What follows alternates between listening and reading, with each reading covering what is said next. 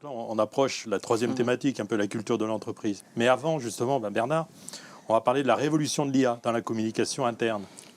Est-ce que c'est une menace ou une alliée du communicant? Et la com interne va-t-elle devenir 100% IA générative? Aujourd'hui, on entend, voilà, on voit même des licenciements dans le monde de la com parce qu'on est remplacé par de l'IA. Quid de la communication en interne de l'entreprise? Le patron de Tesla considère manifestement que c'est une menace puisqu'il veut stopper le développement de l'IA pendant 6 mois, juste le temps qu'il puisse rattraper son retard. Alors, je pense que la question est sérieuse. Nos interlocuteurs sont soit des technophiles et donc du coup sont enthousiastes, soit expérimentés et auquel cas ils se disent comment on va gérer tout ça. D'abord, je ne comprends rien à ce que ça me permet de faire. Je ne vois pas complètement quels sont les impacts d'un IA générative. J'ai compris, je vais faire mon article plus facilement. Je fais 3 essais sur ChatGPT. Je trouve que finalement, alors il y a des essais qui sont très concluants, puis des essais où j'essaye de faire résumer un texte en 3 points. C'est un sujet que je connais bien. Je vois les 3 points, c'est pas les points que j'aurais mis en avant. Donc on a de l'enthousiasme et puis on a de la perplexité. Qu'est-ce que je vais pouvoir en faire? Comment je vais l'intégrer dans mon métier? Alors, les communicants, probablement, sont ceux qui sont le mieux placés, parce que l'IA générative, elle génère. Donc, elle va me permettre de produire du texte. Eux qui se disent, dans mes comités éditoriaux, il va falloir que je produise 2 news par jour pendant les 4 prochaines semaines, je vais avoir un assistant qui va m'aider à faire ce volume de production. Donc, probablement, les communicants ne sont pas les gens qui sont les plus terrorisés, même si il y a des gens qui, à titre personnel, utilisent aujourd'hui, testent. Utilisent et soit sont convaincus, soit se disent mais où va l'humanité? On nous pose cette question. Au-delà de la communication. Est-ce que c'est le futur du travail dont on va parler ou le futur de l'humanité? Bon, mais si on revient sur le sujet pragmatique, manifestement l'IA générative, et puis je pense qu'Arnaud va nous illustrer quelques exemples d'utilisation concrète qu'on rencontre chez nos clients, mais va sans doute être un allié des communicants. Arnaud, avant d'attaquer justement quelques exemples, peut-être, Hélène, une réaction par rapport à ça? Alors c'est intéressant par rapport à ce que tu viens de dire, parce qu'il y a 2 jours, j'étais au Women's Forum, il y avait un grand débat organisé par le New York Times qui était l'IA va-t-elle tuer l'éducation? Et du coup, évidemment, l'équipe qui a gagné, c'était un vrai débat avec vote de qui gagnerait, c'est celle qui a dit non. C'est pas le cas. En fait, on va tous devoir l'intégrer. Donc, effectivement, la question, c'est comment est-ce qu'on intègre et on s'appuie sur l'IA dans le rôle de la communication. Et effectivement, la peur principale, c'est notre qualité humaine de créateur. Et en fait, ce qui arrive avec l'IA générative, c'est de se dire, est-ce qu'on va être dépossédé de notre créativité? Ce qui est quand même un des plus grands plaisirs de l'être humain, c'est créer. Donc comment est-ce qu'on arrive à maintenir un espace de création en se disant, l'IA est un outil au service de la création et non pas un créateur qui va complètement nous remplacer. Donc, mais effectivement, il y a des vraies questions à se poser. Et puis, on parlait tout à l'heure de profondeur et d'authenticité. Ça, l'IA, on n'est pas encore capable. Et on n'aura jamais une communication profonde et authentique, jusque-là en tout cas, avec une IA. Mais ça évolue très vite, on le voit dans les actualités récentes. Arnaud, justement, quelques exemples. Tu as des clients aujourd'hui qui l'utilisent, qui l'ont intégré dans leur process, ou comme le dit Bernard, ils cherchent, ils testent, ils voient, ils ne sont pas encore très persuadés de l'apport de l'IA. Si, tout le monde se mobilise autour de ce sujet-là. Et puis l'IA existe depuis déjà un certain nombre de temps dans l'organisation. Il y a effectivement une accélération. Mais en tout cas, on est tous d'accord sur le fait la marée monte et on n'arrivera pas à retenir la vague technologique. Donc ça, c'est important. La question, c'est pas se poser est-ce qu'on y va ou on n'y va pas. De toute façon, on n'a pas le choix. Et une entreprise qui se dit de toutes les façons, nous, on n'installe pas d'IA, il y aura du shadow AI, c'est-à-dire la possibilité d'aller, pour leurs collaborateurs, utiliser l'IA à côté. Voilà. Donc ça, c'est vraiment important. On a maintenant au moins 20 ans d'expérience sur les cycles technologiques. Ça arrive. Voilà.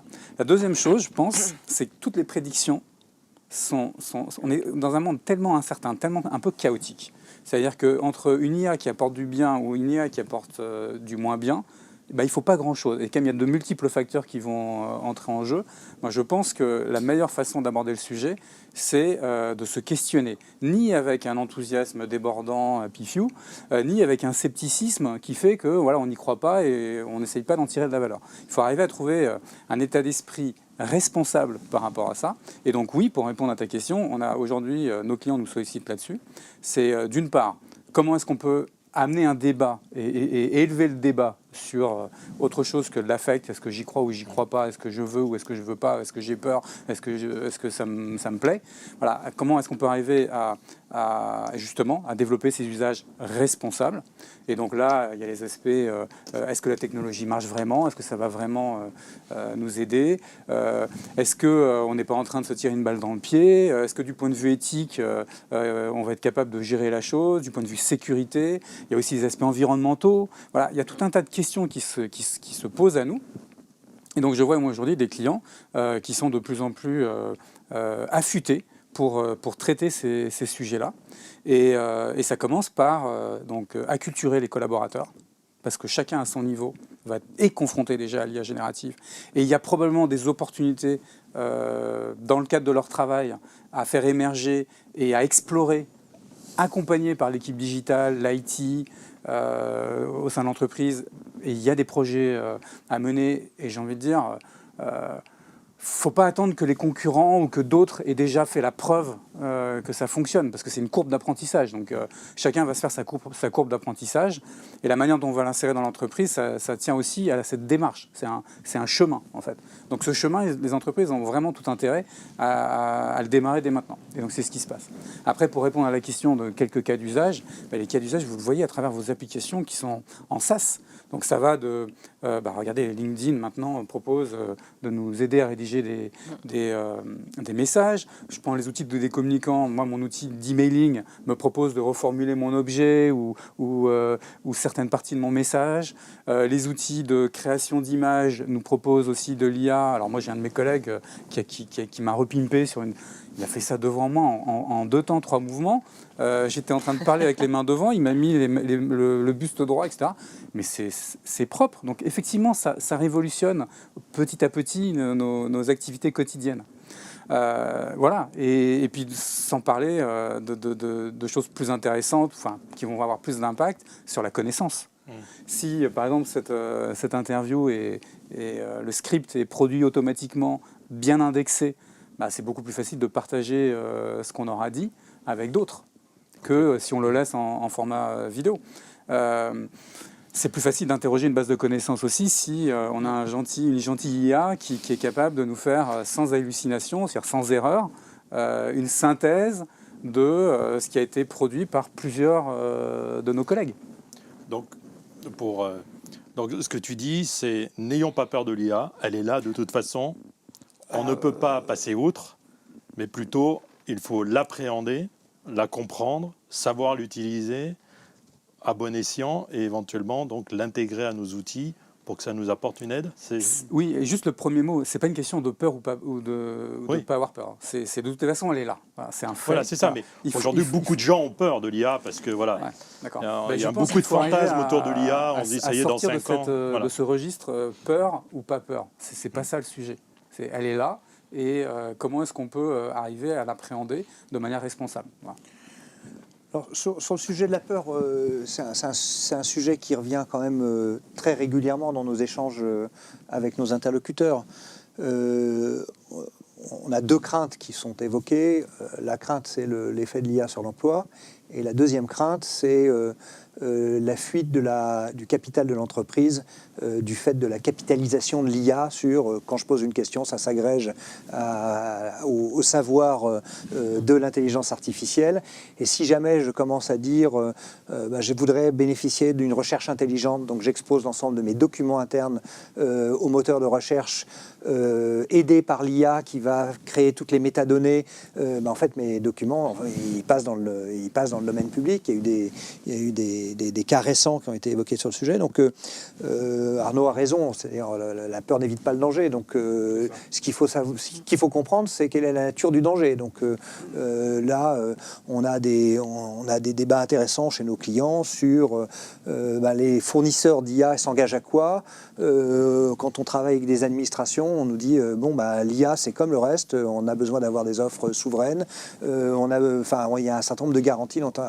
Il faut pas qu'on soit naïf dans cette histoire, parce qu'on a vraiment beaucoup à y gagner, mais on peut aussi courir des grands dangers. Donc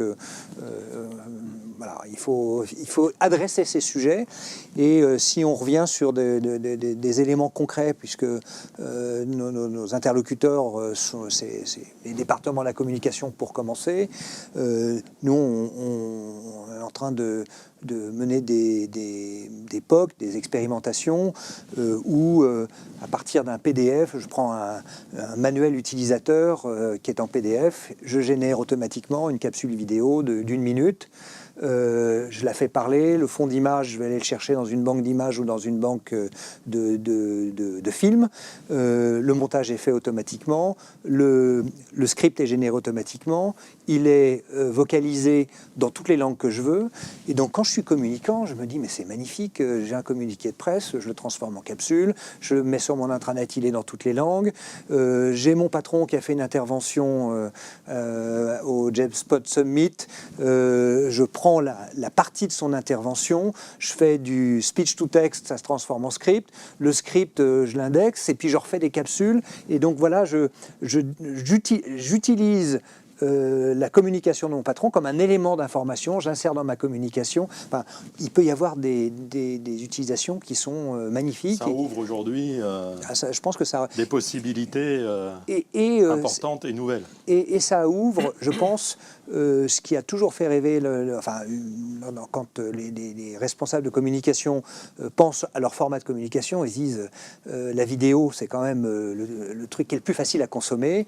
Donc si tout ce qui est écrit, parce qu'il y a plein de choses intelligentes qui sont écrites, si tout ce qui est écrit, j'arrive à transformer en des synthèses en vidéo, je vais produire la vidéo sans les coûts de la vidéo. Et ça va être des utilisations, des cas d'utilisation intéressants. Et je pense que nos communicants vont tester ça.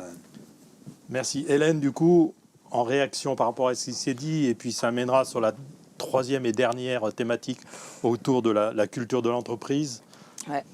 Pardon, une réaction. Donc effectivement, comme Arnaud disait, ce qui est important pour l'IA, c'est, puisque c'est une réalité, c'est cette acculturation. C'est-à-dire vraiment d'expliquer aux gens, déjà, tout simplement apprendre, et ce sera de plus en plus difficile, mais à se dire, voilà, comment est-ce que j'évalue aussi le niveau d'authenticité d'un message que je reçois. Parce qu'en fait, l'IA, bien sûr, il y a l'IA dans la communication au sein de l'entreprise, mais c'est important aussi d'aider les salariés quand ils vont aller chercher de l'information ailleurs, parce que ça va être comment est-ce qu'ils vont vraiment faire la différence entre ce qui est de la réalité, ce qui a été dit par des gens, ce qui au contraire est quelque chose qui est produit par de l'IA. Donc ça, c'est intéressant aussi d'en connaître les limites, de dire attention, quelles données je vais mettre ou pas pour nourrir mon IA selon que c'est une IA vraiment propre, interne à l'entreprise ou que j'utilise ChatGPT. Et derrière, par contre, je rejoins totalement, il y a un gain de temps extraordinaire. Nous effectivement, on s'en sert beaucoup et avec nos clients, on les encourage aussi à utiliser ça. C'est toujours pareil, c'est de se dire, l'IA, justement, si vous l'avez nourrie aussi un peu avec votre culture d'entreprise, elle peut reproduire finalement votre patte, votre ton éditorial. Et c'est vrai que, imaginons qu'il y ait un très bon communicant dans l'entreprise, c'est génial de se dire, tout d'un coup, il peut se multiplier, il peut être 50. C'est-à-dire que ce que lui devait produire tout seul, maintenant, l'IA va pouvoir l'aider à produire un peu dans le même style, donc de garder cette cohérence, et qui est très importante dans la communication.